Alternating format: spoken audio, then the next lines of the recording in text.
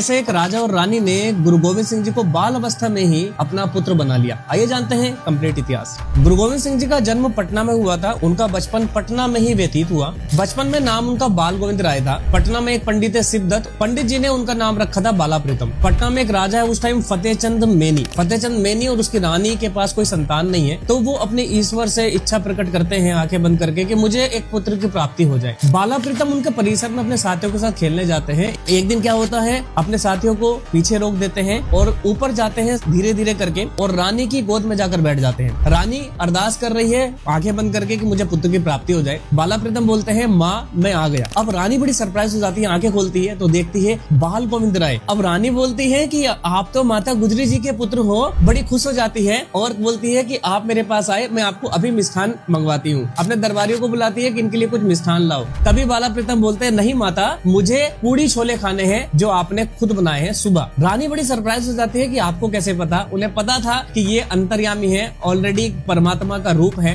तब वो बोलती है कि ठीक है, पूड़ी छोले मंगवाती है। पूड़ी छोले बाला प्रीतम अपने साथियों के साथ छकते हैं और डेली का उनका ये रूटीन होता है कि डेली पूड़ी छोले वहाँ पर जाकर खाते हैं और अपने साथियों के साथ उनके परिसर में रानी के साथ खेलते हैं। रानी को इतना मोह हो जाता है, इतना अटैचमेंट हो जाता है कि उनको अपना पुत्र मान लेती है। अब समय आता है श्री गुरु तेग बहादुर जी जब अनंतपुर साहिब की ओर जा रहे हैं तो गुरु गोविंद सिंह जी को भी जाना है। तो गुरु गोविंद सिंह जी बोलते हैं बाला प्रीतम बचपन में कि अब हमें जाना होगा। राजा और रानी बड़े दुखी हो जाते हैं कि आप जाओगे तो मैं कैसे रहूंगी। तभी गुरु गोविंद सिंह जी बोलते हैं, यानी कि बाला प्रीतम बोलते हैं कि आप डेली पूड़ी छोले हमारे साथियों को खिलाना, मैं उन्हीं साथियों में आपको साक्षात दिखाई दूंगा। तभी रानी बड़ी खुश हो जाती है और गुरु गोविंद सिंह जी बाला प्रीतम अपना अनंतपुर साहिब की ओर चले जाते हैं। आज जहाँ पर ये सब कुछ हुआ था, आज वहाँ पर गुरुद्वारा बाल लीला साहिब मैनी है। आज भी यहाँ पर पूड़ी छोले सुबह संगत को खिलाए जाते हैं और वही प्रथा चली आती है। तो ऐसे थे गुरु गोविंद सिंह जी। बचपन में ही काफी अचरज चीजें गुरु गोविंद सिंह जी ने की है। इसी गुरुद्वारे में आज गुरु गोविंद सिंह जी के बाल अवस्था के एक फोटो भी रखा हुआ है और गुलेल रखी हुई है जिससे वो